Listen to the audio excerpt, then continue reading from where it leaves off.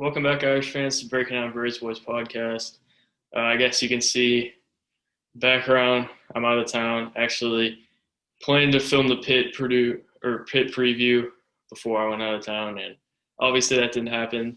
So UNC scheduled it less than 48 hours before the game's supposed to happen. Obviously, not great for my purposes. Just excited they're going to play UNC, have another shot at a big win. I honestly didn't think they were going to play this weekend, but here we are. So I guess I'm going to do this. The last time I did a game preview in a hotel was for a game that didn't happen, but that was under a lot more exciting circumstances. I was at the hotel in Greensboro outside of the ACC tournament. Um, but now, look at me.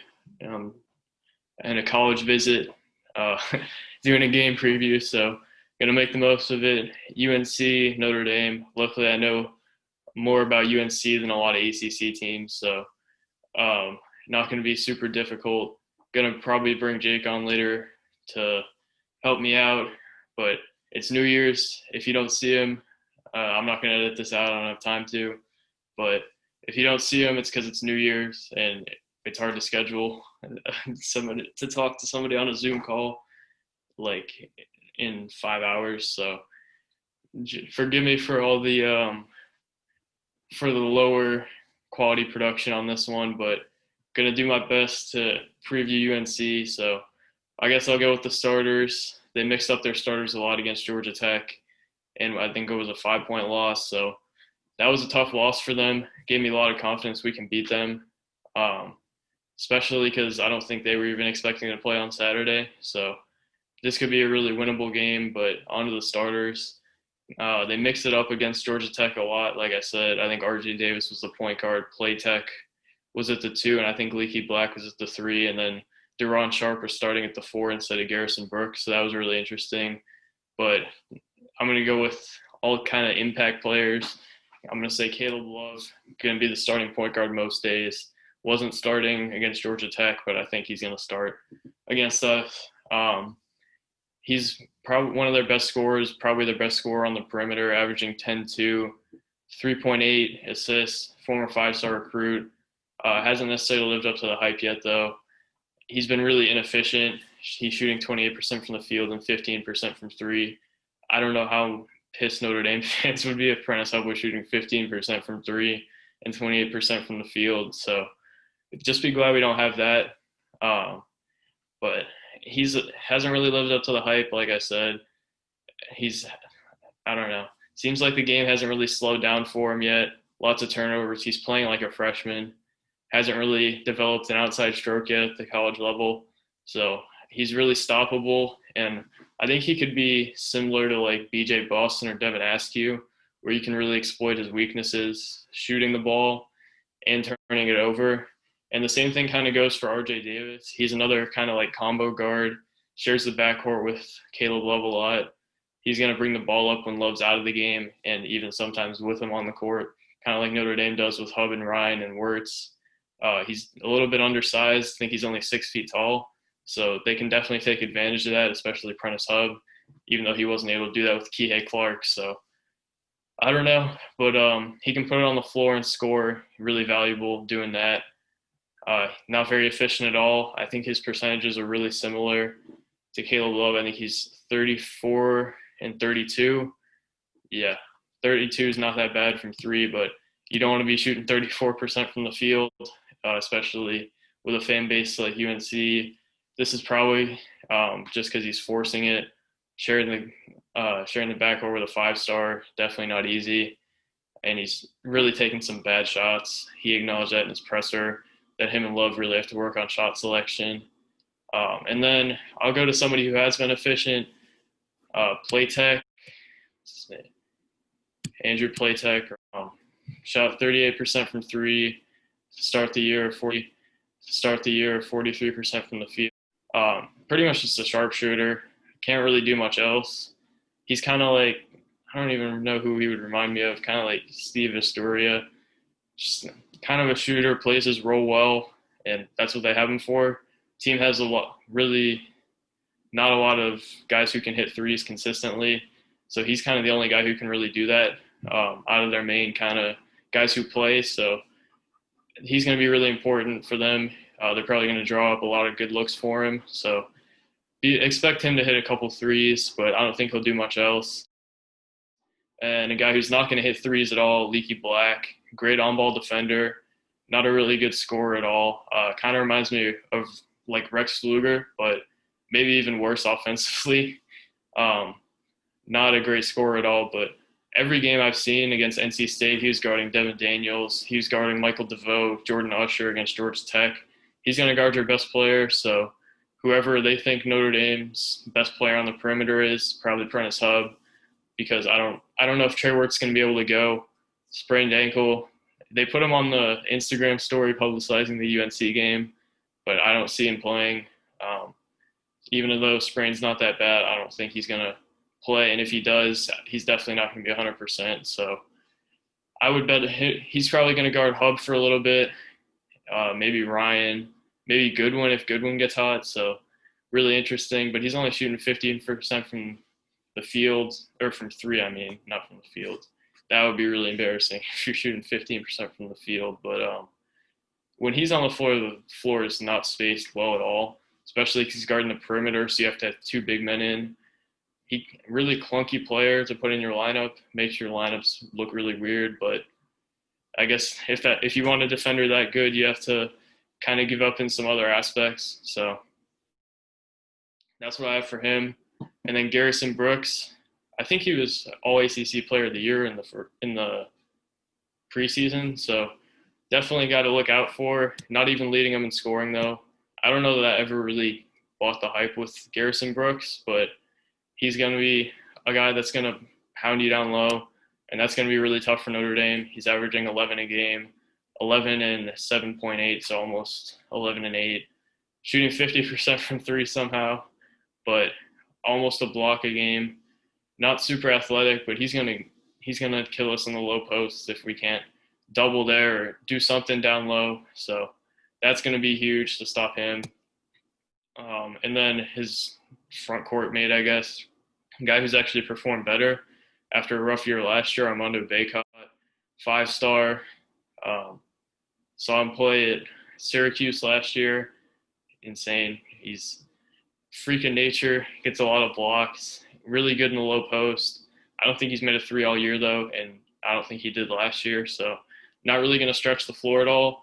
One big thing you're going to notice with this team is the spacing is really, really poor, especially when Bacot, Brooks, and Leaky Black are in the game. They're going to have issues, kind of like they did last year. Cole Anthony couldn't get any good looks because the spacing was so bad. So they're going to struggle a lot with that. And then another guy to look out in the front court, started the Georgia Tech game, has maybe even been their most impressive freshman, Duron Sharp. Stats aren't not going to blow you out of the water. 7 and 7 on 54% shooting, so not terrible. Pretty good for a freshman at UNC, actually, especially with who he's running with in the front court. But he's also not a guy who's going to stretch the floor. Hasn't made a three all year either. Same with Bacot. So this is a team that does not shoot the ball well. They don't space the floor well. They have a lot of issues. So they can really exploit a lot of it, but they're going to really kill you down low. So I'm going to go into their offense a little bit now. They're going to set a couple ball screens, not like some of the teams we've played in the past weeks where they're just going to ball screen you to death. They're kind of going to run a motion offense like the rest of the teams we've played. I don't know if they say they do that, but that's kind of what they do. They're going to put a big emphasis on pounding it down low. Armando Bacot and Garrison Brooks, I mean, they're going to do most of the work down low against Durham and Leschewski. They're going to have to stop it, otherwise we're not going to beat them. Same with Duron Sharp. We're going to have to stop those three guys. But kind of last year against Notre Dame, we saw Cole Anthony struggle to get good looks, even though the defense wasn't great on him. It's just because the floor was spaced so bad. I think we're going to see the same thing with Caleb Love this year. I think that's the reason for a lot of his struggles is when Black, Brooks, and Bacot are on the floor, or even just Brooks and Bacot, or Bacot and Sharp and Brooks. Any of those guys, any of those combinations, the floor is going to be spaced really poorly. Saw that with Notre Dame a little bit last year too, where Hub and Gibbs couldn't really get to the basket too much because the paint was crowded. So going to be really interesting to see if their guards can even create their own looks just because of how poor the spacing is. So, going to be an interesting thing to monitor. But they're going to really try to pound it down low and then give Playtech some looks. Maybe if we have to double the post, they're going to get some open looks from three. It's just whether we can stop them. I think Notre Dame should really try to drop into a zone this game more. I know a lot of you guys hate when Prey drops into a zone. I get like 5 DMs on Instagram and Twitter complaining about the zone. So not really. I don't think you guys really like it too much, but I think that's something they really have to look into against a team like this. Pretty much won the game against Kentucky. And I think this team is built really similarly to Kentucky, even though Kentucky doesn't really have that second big man to clog up the paint. But that's what I have. On defense, Leaky Black's going to guard your best player. They're decent down low. Armando Bacot's a good rim protector. But they're mostly going to run man from what I've seen. I don't know how much they're going to drop into a zone, if at all, against us. But Leaky Black's going to guard your best player. Caleb Love's a decent defender because of his length. RJ Davis, they can probably exploit a bit. And they're going to have a tough time getting into the paint with Bacot and Brooks. And Sharp's a good shot blocker, too. I think he's leading their team in blocks. So that's going to be a big thing. But all right, so now for the keys to the game. One, going to say rebound. Against Virginia, Virginia kept getting second chance points off of missed threes. And eventually they got hot because of all the opportunities they were getting to shoot threes. So you can force UNC to go one and out or one and done or whatever on offense. You're going to be way better off for it, especially with Garrison Brooks and Bacot down low, who can really punish you if you can't crash the glass. So that's going to be my first key. Second, going to be get off to a hot start. UNC has really dug themselves into holes early in games this year. So I think if you can get off to a hot start, you can kind of exploit their weakness, make them dig out of a hole. And I don't know if they can do that, especially if you drop into a zone, make them slow down the pace. So that's my second key. And then my third one is find any way to contain Bacot, Brooks, and Sharp.